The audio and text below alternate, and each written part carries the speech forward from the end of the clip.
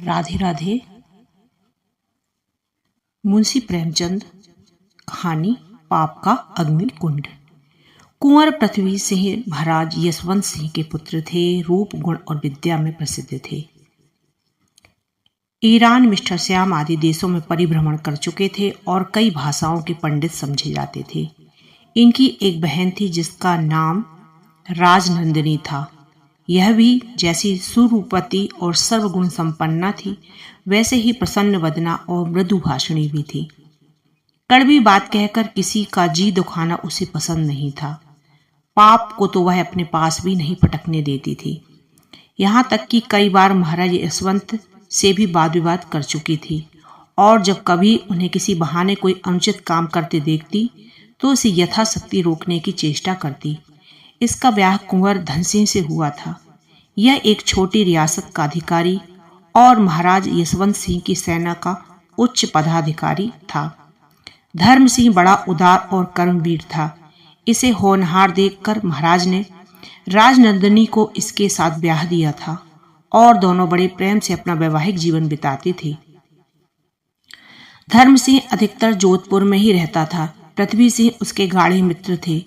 इनमें जैसी मित्रता थी वैसे भाइयों में भी नहीं होती। जिस प्रकार इन दोनों राजकुमारों में मित्रता थी, उसी प्रकार दोनों राजकुमारियां भी एक दूसरे पर जान देती थीं। पृथ्वी सिंह की स्त्री दुर्गा कुंवरी बहुत सुशीला और चतुर थी। ननद भावज में अनबन होना लोक रीति है, पर इन दोनों में इतना स्नेह था कि एक के बिना दूसरे को कभी कल नहीं पड़ता था। दोनों स्त्रियां संस्कृत से प्रेम रखती थीं। एक दिन दोनों राजकुमारियां बाग के सैर में मग्न थीं कि एक दासी ने राजनंदिनी के हाथ में एक कागज लाकर रख दिया। राजनंदिनी ने उसे खोला तो वह संस्कृत का एक पत्र था। उसे पढ़कर उसने दासी से कहा कि उन्हें भेज दें। थोड़ी देर में एक स्त्री सिर से पैर तक चादर ओढ़े आती दिखाई दी। इसकी उम्र 25 साल से अधिक न थी, पर रंग पीला था, आंखें बड़ी और होठ सूखे। चाल ढाल में कोमलता थी और उसके डील डॉल में गठन में बहुत मनोहर थी। अनुमान से जान पड़ता था कि समय ने इसकी यह दशा कर रखी है, पर एक समय वह भी होगा जब वह बड़ी सुंदर होगी। इस स्त्री ने आकर चौखट चूमी और आशीर्वाद देकर फर्श पर बैठ गई। राजनंदिनी ने इसे सिर से पैर तक बड़े ध्यान से देखा और पूछा, तुम्हारा नाम क्या है? उसने उत्तर दिया, मुझे ब्रजबिलासनी कहते हैं। कहाँ रहती हो? यहाँ से 3 दिन की राह पर एक गांव विक्रम नगर है, वहाँ मेरा घर है। संस्कृत कहाँ पढ़ी है? मेरे पिताजी संस्कृत के बड़े पंडित थे, उन्होंने थोड़ी बहुत पढ़ा दी है। तुम्हारा ब्याह तो हो गया है ना? ब्याह का नाम सुनते ही ब्रजबिलासनी की आंखों में आंसू बहने लगे। वह आवाज संभाल कर बोली, इसका जवाब मैं फिर कभी दूंगी। मेरी राम कहानी बड़ी दुखमय है, उसे सुनकर आपको दुख होगा, इसलिए इस समय क्षमा कीजिए। आज से ब्रजबिलासनी वहीं रहने लगी। संस्कृत साहित्य में उसका बहुत प्रवेश था। वह राजकुमारियों को प्रतिदिन रोचक कविता पढ़कर सुनाती थी। उसके रूप, रंग और विद्या ने धीरे धीरे राजकुमारियों के मन में उसके प्रति प्रेम और प्रतिष्ठा उत्पन्न कर दी। यहाँ तक कि राजकुमारियों और ब्रजबिलासनी के बीच बड़ाई छोटाई उठ गई और वे सहेलियों की भांति रहने लगी। कई महीने बीत गए। कुंवर पृथ्वी सिंह और धर्म सिंह दोनों महाराज के साथ अफगानिस्तान की मुहिम पर गए हुए थे। यह विरह की घड़ियां मेघदूत और रघुवंश के पढ़ने में कटी। ब्रजबिलासनी को कालिदास के देवता से बहुत प्रेम था और वह उसके काव्यों की व्याख्या उत्तमता से ही करती थी और उसमें ऐसी बारीकियां निकालती थी कि दोनों राजकुमारियां मुग्ध हो जाती। एक दिन संध्या का समय था। दोनों राजकुमारियां फुलवाड़ी में सैर करने गई तो देखा कि ब्रजबिलासनी हरी घास पर लेटी हुई है और उसकी आंखों से आंसू बह रहे हैं। राजकुमारियों के अच्छे बर्ताव और स्नेहपूर्ण बातचीत से उसकी सुंदरता कुछ चमक गई थी। इसके साथ अब वह भी राजकुमारी जान पड़ती थी, पर इन सभी बातों से रहते भी वह बेचारी बहुधा एकांत में बैठकर रोया करती। उसके दिल पर एक ऐसी चोट थी कि वह उसे दम भर भी चैन नहीं लेने देती थी। राजकुमारियां उस समय उसे रोते देखकर बड़ी सहानुभूति के साथ उसके पास बैठ गईं। राजनंदिनी ने उसके सिर अपनी जांघ पर रख लिया और उसके गुलाब से गालों को थपथपा कर कहा, सखी, तुम अपने दिल का हाल हमें न बताओगी? क्या अब भी हम गैर हैं? तुम्हारा यो अकेले दुख की आग में जलना हमसे नहीं देखा जाता। ब्रजविलासिनी आवाज संभाल कर बोली, बहन, मैं अभागिनी हूं, मेरा हाल मत सुनो। राज, अगर बुरा ना मानो तो एक बात पूछूं? ब्रज, क्या? कहो। राज, वही जो मैंने तुमसे पहले दिन पूछा था, तुम्हारा ब्याह हुआ कि नहीं? ब्रज, इसका जवाब मैं क्या दूं, अभी नहीं हुआ। राज, क्या किसी का प्रेम बाण हृदय में चुभा हुआ है? ब्रज, नहीं बहन, ईश्वर जानता है। राज, तो इतनी उदास क्यों रहती हो? क्या प्रेम का आनंद उठाने को जी चाहता है? ब्रज, नहीं, दुख के सिवा मन में प्रेम को स्थान ही नहीं। राज, हम प्रेम को स्थान पैदा कर देंगे। ब्रजविलासिनी इशारा समझ गई और बोली, बहन, इन बातों की चर्चा ना करो। राज, मैं अब तुम्हारा ब्याह रचाऊंगी। दीवान जयचंद्र को तुमने देखा है? ब्रजविलासिनी आंखों में आंसू भरकर बोली, राजकुमारी, मैं व्रत धारणी हूँ और अपने व्रत को पूरा करना ही मेरे जीवन का उद्देश्य है। प्रण को निभाने के लिए मैं जीती हूँ, नहीं तो मैं ऐसी आफतें झेली है कि जीने की इच्छा अब नहीं रही। मेरे बाप विक्रम नगर के जागीरदार थे, मेरे सिवा उनकी कोई संतान न थी। वे मुझे प्राणों से अधिक प्यार करते थे। मेरे लिए उन्होंने बरसों संस्कृत साहित्य पढ़ा था, युद्ध विद्या में बड़े निपुण थे और कई बार लड़ाइयों पर गए थे। एक दिन गौधेली बेला में जब गाय जंगल से लौट रही थी, मैं अपने द्वार पर खड़ी थी। इतने में एक जवान बाकी पगड़ी बांधे हथियार सजाए झूमता आता दिखाई दिया। मेरी प्यारी मोहिनी इस समय जंगल से लौटी थी और उसका बच्चा इधर किलोलें कर रहा था। संयोग बस बच्चा उस नौजवान से टकरा गया। गाय उस आदमी पर झपटी। राजपूत बड़ा साहसी था, उसने शायद सोचा कि मैं भागता हूं तो कलंक का टीका लगता है। तुरंत तलवार म्यान से खींच ली और वह गाय पर झपटा। गाय झल्लाई हुई थी, कुछ भी ना डरी। मेरी आंखों के सामने उस राजपूत ने उस प्यारी गाय को जान से मार डाला। देखते देखते सैकड़ों आदमी जमा हो गए और उसको टेढ़ी सीधी सुनाने लगी। इतने में पिताजी भी आ गए। वे संध्या करने गए थे। उन्होंने आकर देखा कि द्वार पर सैकड़ों आदमियों की भीड़ लगी है। गाय तड़प रही है और उसका बच्चा खड़ा रो रहा है। पिताजी की आहट सुनते ही गाय कराहने लगी और उनकी ओर उसने कुछ ऐसी दृष्टि से देखा कि उन्हें क्रोध आ गया। मेरे बाद उन्हें वह गाय ही प्यारी थी। वे ललकार कर वह बोले, मेरी गाय किसने मारी है? नौजवान लज्जा से सिर झुकाए सामने आया और बोला, मैंने। पिताजी, तुम क्षत्रिय हो, राजपूत हो? हाँ। पिताजी, तो किसी क्षत्रिय से हाथ मिलाते राजपूत का चेहरा तमतमा गया। बोला, कोई क्षत्रिय सामने आ जाए। हजारों आदमी खड़े थे पर किसी का साहस न हुआ कि उस राजपूत का सामना करे। यह देखकर पिताजी ने तलवार खींच ली और वे उस पर टूट पड़े। उसने भी तलवार निकाल ली और दोनों आदमियों ने तलवारें चलने लगी। पिताजी बूढ़े थे, सीने पर जख्म गहरा गया, गिर पड़े। उठाकर लोग घर पर लाए। उनका चेहरा पीला था पर उनकी आंखों से चिंगारियां निकल रही थी। मैं रोती हुई उनके सामने आई। मुझे देखते ही उन्होंने सब आदमियों को वहां से हट जाने को संकेत किया। जब मैं और पिताजी अकेले रह गए तो वे बोले, बेटी, तुम राजपूतानी हो? मैं, जी हाँ। पिताजी, राजपूत बात के धनी होते हैं। जी हाँ।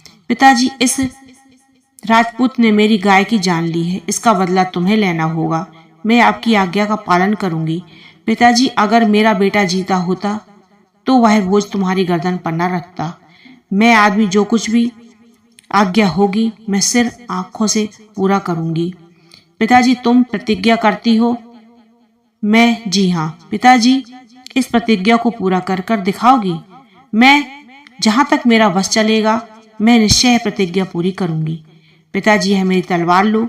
जब तक तुम यह तलवार उस राजपूत के कलेजे में न भोंक दो तब तक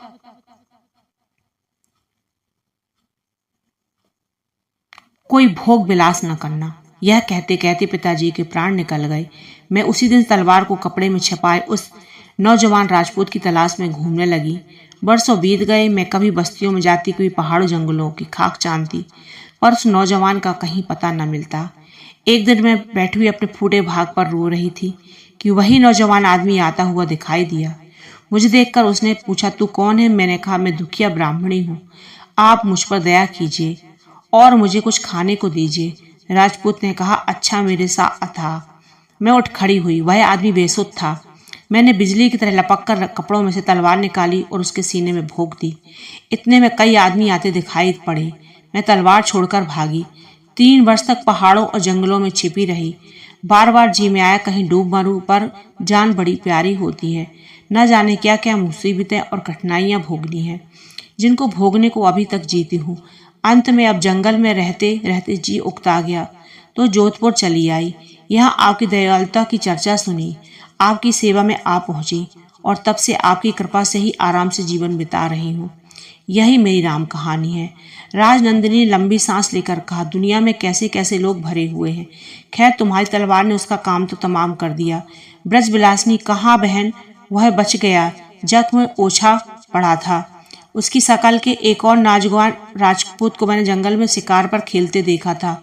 नहीं मालूम वह था या कोई और शक्ल बिल्कुल मिलती थी। कई महीने बीत गए। राजकुमारियों ने जब ब्रजविलासिनी राम कहानी सुनी तो उसके साथ बेऔर प्रेम से सहानुभूति का बर्ताव करने लगी हैं। उसने पहले संकोच, कभी कभी छेड़छाड़ हो जाती थी, पर अब दोनों हरदम उसका दिल बहलाया करती। एक दिन बादल घिरे हुए थे। राजनंदिनी ने कहा, आज बिहारी लाल की सच सही सुनने को जी चाहता है।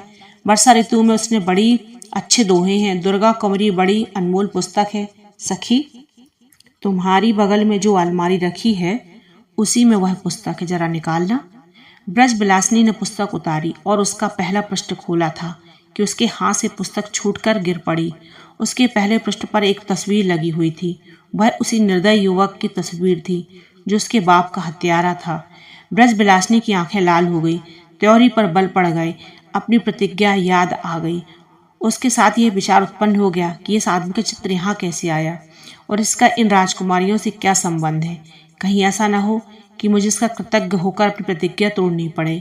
राजनंदिनी ने उसकी सूरत देखकर कहा, सखी क्या बात है, यह क्रोध क्यों? ब्रजविलासिनी ने सावधानी पूर्वक कहा, क्यों?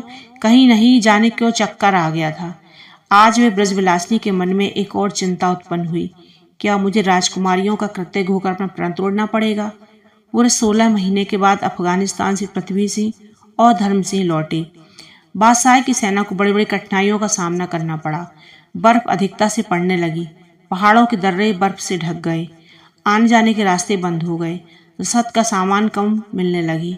सिपाही भूखों मरने लगी। अब अफगानों ने समय पाकर रात को छापे मारने शुरू किए। आखिर शहजादे मुहिद्दीन को हिम्मत हार कर लौटना पड़ा। दोनों राजकुमार ज्यों ज्यों जोधपुर के निकट पहुंचते थे, उत्कंठा से उनके मन उमड़ आते थे। इतने दिनों के वियोग के बाद फिर भेंट होगी। मिलने की तृष्णा बढ़ती जाती है। रात दिन मंजिल काटते चले जाते हैं। न थकावट मालूम होता है न मादगी। दोनों घायल हो रहे हैं, फिर भी मिलने की खुशी में जख्मों की तकलीफ भूले हुए हैं। पृथ्वी सिंह दुर्गा कुंवरी के लिए एक अफगानी कटाल लाए हैं। धर्म सिंह ने राजनंदिनी के लिए कश्मीर का एक बहुमूल्य साल जोड़ा मोल लिया है। दोनों के दिल उमंग से भरे हुए हैं। राजकुमारियों ने जब सुना कि दोनों वीर वापस आते हैं तो वे फूले अंगों न समाई। श्रृंगार किया जाने लगा। मांग मोतियों से भरी जाने लगी। उनके चेहरे खुशी से दमकने लगी। इतने दिनों के बिछोह के बाद फिर मिलाप होगा। बड़ी खुशी से उबली पड़ती हैं, एक दूसरे को छेड़ती हैं और खुश होकर गले मिलती हैं। अगहन का महीना था। बरगद की डालियों में मूंगे के दाने लगे हुए थे। जोधपुर के किले में सलामियों की धनगरज आवाजें आने लगी।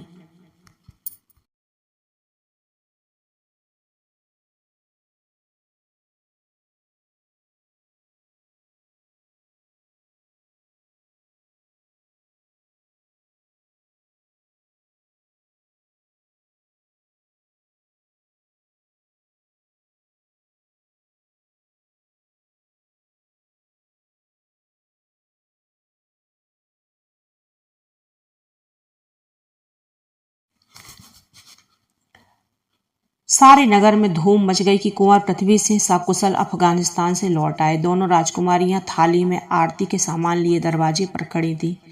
पृथ्वी सिंह दरबारियों के मुजरे लेते हुए महल में आए। दुर्गा कुंवरी ने आरती उतारी और दोनों एक दूसरे को देखकर बहुत खुश हो गए।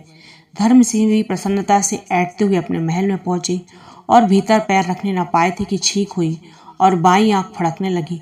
राजनंदिनी आरती का थाल लेकर लपकी, पर उसका पैर फिसल गया और थाल हाथ से छूट कर गिर पड़ा। धर्म सिंह का माथा ठनका और राजनंदिनी का चेहरा पीला हो गया। वह असगुन क्यों ब्रजविलासिनी ने दोनों राजकुमारियों के आने का समाचार सुनकर उन दोनों के लिए 2 अभिनंदन पत्र बनवा रखे थे। सवेरे जब कुंवर पृथ्वी सिंह संध्या आदि नृत्य क्रिया से निपट कर बैठे तो वह उनके सामने आई और उसने एक सुंदर कुश की चंगेली में अभिनंदन पत्र रख दिया। पृथ्वी सिंह ने उसे प्रसन्नता से ले लिया। कविता यद्यपि उतनी बढ़िया न थी, पर वह नई और वीरता से भरी हुई थी। वे वीर रस के प्रेमी थे। उसको पढ़कर बहुत खुश हुए और उन्होंने मोतियों का हार उपहार दिया। ब्रजविलासिनी यहाँ से छुट्टी पाकर कुंवर धर्म सिंह के पास पहुंची।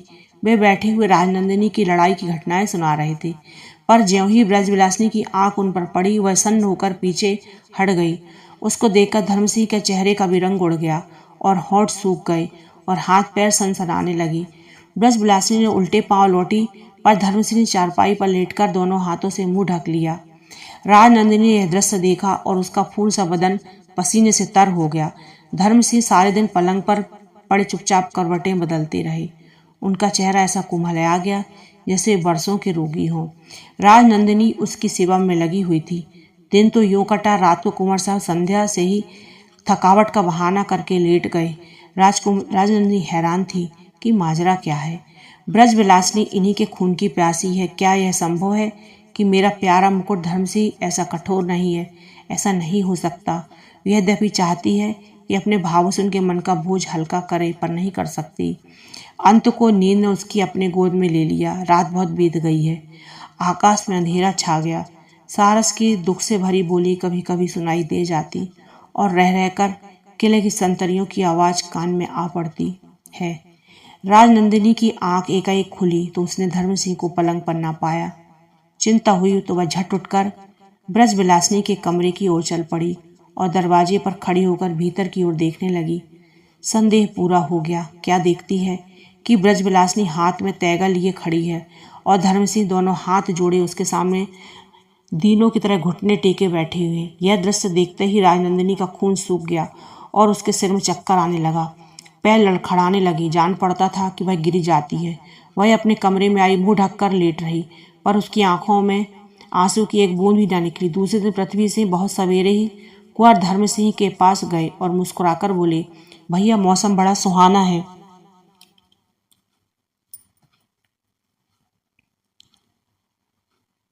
शिकार खेलने चलते हैं। धर्म सिंह, हाँ चलो। दोनों राजकुमारों ने घोड़े कसवाए और जंगल की ओर चल दिए। पृथ्वी सिंह का चेहरा खिला हुआ था जैसे कमल का फूल। एक एक अंग से तेजी और चुस्ती टपकी पड़ती थी, पर कुंवर धर्म सिंह का चेहरा मैला हो गया था, मानो बदन में जान ही नहीं। पृथ्वी सिंह ने कई बार छेड़ा, पर जब देखा तो वे बहुत दुखी हैं तो वे चुपचाप हो गए। चलते चलते दोनों आदमी झील के किनारे पहुंचे। एकाएक धर्म से ठिठके और बोले, मैंने आज रात को एक बड़ी प्रतिज्ञा की है। वह कहते उसकी आंखों में पानी आ गया। पृथ्वी सिंह ने घबराकर पूछा, कैसी प्रतिज्ञा? तुमने ब्रजविलासिनी का हाल सुना है? मैंने प्रतिज्ञा की जिस आदमी ने उसके बाप को मारा है उसे मैं भी जहन्नुम में पहुंचा दूं। तुमने सचमुच वीर प्रतिज्ञा की है? हाँ, यदि मैं पूरी कर सकूं। तुम्हारे विचार में ऐसा आदमी मारने योग्य है या नहीं? ऐसे निर्दयी की गर्दन गुट्ठल छुरी से ही काटनी चाहिए। बेशक यही मेरा ही विचार है। यदि मैं किसी कारण या काम न कर सकूं तो तुम मेरी प्रतिज्ञा पूरी कर दोगे। बड़ी खुशी से उसे पहचानते हो ना? हाँ, अच्छी तरह। तो अच्छा होगा यह काम मुझको ही करने दो, शायद उस पर दया आ जाए। बहुत अच्छा, पर याद रखो वह आदमी बड़ा भाग्यशाली है। कई बार मौत के मुंह से बचकर निकला है। क्या आश्चर्य है कि तुमको भी उस पर दया आ जाए। इसलिए तुम प्रतिज्ञा करो कि उसे जरूर जहन्नुम पहुंचाओगे। मैं दुर्गा की शपथ खाकर कहता हूँ कि उस आदमी को अवश्य मारूंगा। बस तो हम दोनों मिलकर कार्य सिद्ध कर लेंगे। तुम अपनी प्रतिज्ञा पर दृढ़ रहोगे न? क्यों, क्या मैं सिपाही नहीं हूँ? एक बार जो प्रतिज्ञा की समझ लो वह पूरी करूंगा, चाहे उसमें अपनी जान ही क्यों न चले जाए। सब अवस्थाओं में ही। यदि वह तुम्हारा कोई बंधु हो तो पृथ्वी सिंह ने धर्म सिंह को विचारपूर्वक देखकर कहा, कोई बंधु हो तो? धर्म सिंह, हाँ, संभव है कि तुम्हारा कोई नातेदार हो। पृथ्वी सिंह जोश में, कोई हो, यदि मेरा भाई भी हो तो भी जीता जी चुनवा दूं। धर्म सिंह घोड़े से उतर गए। उनका चेहरा उतरा हुआ था और होंठ कांप रहे थे। उन्होंने कमर से तैगा खोलकर जमीन पर रख दिया और पृथ्वी सिंह को ललकार कर कहा, पृथ्वी सिंह तैयार हो जाओ। वह दुष्ट मिल गया। पृथ्वी सिंह ने चौंक कर इधर उधर देखा तो धर्म सिंह के सिवा और कोई दिखाई न दिया। धर्म सिंह तैगा खींचे। पृथ्वी सिंह, मैंने उसे नहीं देखा। धर्म सिंह, वह तुम्हारे सामने खड़ा है। वह दुष्ट कुकर्मी धर्म सिंह ही है। पृथ्वी सिंह घबराकर, ए तुम? मैं धर्म सिंह राजपूत, अपनी प्रतिज्ञा पूरी करो। इतना सुनते ही पृथ्वी सिंह ने बिजली की तरह अपने कमर से तैगा खींच लिया और उसे धर्म सिंह चुभा दिया। मूठ तक तैगा चुभ गया। खून का फव्वारा बह निकला। धर्म सिंह जमीन पर गिर पड़े। गिरकर धीरे से बोले, पृथ्वी सिंह, मैं तुम्हारा बहुत कृतज्ञ हूँ। तुम सच्चे वीर हो। तुमने पुरुष का कर्तव्य पुरुष की भांति पालन किया। पृथ्वी सिंह सुनकर जमीन पर बैठ गए और रोने लगी। अब राजनंदिनी सती होने जा रही है। उसने 16 श्रृंगार किए हैं और मांग मोतियों से भरवाई है। कलाई में सुहाग का कंगन है, पैरों में महावल लगाई है और लाल चुनरी ओढ़ी है। उसके अंग से सुगंधी उड़ रही है क्योंकि आज वह सती होने जाती है। राजनंदिनी का चेहरा सूर्य की भांति प्रकाशमान है। उसकी ओर देखने से आंखों में चकाचौंध लग जाती है। प्रेम मद से उसका रोआ रोआ मस्त हो गया है। उसकी आंखों में अलौकिक प्रकाश निकल रहा है। वह आज स्वर्ग की देवी जान पड़ती है। उसकी चाल बड़ी मदमाती है। वह अपने प्यारे पति का सिर अपनी गोद में लेती है और उसकी चिता में बैठ जाती है जो चंदन खस आदि से बनाई गई है। सारे नगर के लोग दृश्य देखने के लिए उमड़ चले आते हैं। बाजे बज रहे हैं, फूलों की वृष्टि हो रही है। सती चिता पर बैठ चुकी थी। इतने में कुंवर पृथ्वी सिंह आए और हाथ जोड़कर बोले, महारानी, मेरा अपराध क्षमा करो। सती ने उत्तर दिया, क्षमा नहीं हो सकता। तुमने एक नौजवान राजपूत की जान ली है। तुम तो जवानी में मारे जाओगे। सती के वचन कभी झूठे हुए हैं। एकाएक चिता में आग लग गई। जय जयकार के शब्द गूंजने लगे। सती का मुख आग में यूं चमकता था इस सवेरे की लड़ाई में सूर्य चमकता है। थोड़ी देर में राख के ढेर के सिवा और कुछ न रहा। इस सती के मन में कैसा शक था। परसों जब उसने ब्रज बिलासनी की झिझक कर धर्म सिंह के सामने जाते देखा था, उसी समय से उसके दिल में संदेह हो गया था। पर जब वह रात में उसने देखा कि मेरा पति स्त्री के सामने दुखिया की तरह बैठा हुआ था, तब वह संदेह निश्चय की सीमा तक पहुंच गया। वह रही निश्चय अपने साथ सत्य लेता आया था। सवेरे जब धर्म सिंह उठे तब राजनंदिनी ने कहा कि मैं ब्रज बिलासनी के शत्रु का सिर चाहती हूँ, तुम्हें लाना होगा। और ऐसा ही हुआ। अपने सती होने के सब कारण राजनंदिनी ने जानबूझकर पैदा किए थे क्योंकि उसके मन में सत्य था। पाप की आग कैसे तेज होती है। एक पाप ने कितनी जाने ली। राजवंश के 2 राजकुमार और 2 राजकुमारियां देखते देखते इस अग्निकुंड में स्वाहा हो गई। सती का वचन सच हुआ। साथ ही सप्ताह के भीतर पृथ्वी सिंह दिल्ली में कत्ल किए गए और दुर्गा कुमारी सती हो गई। राधे।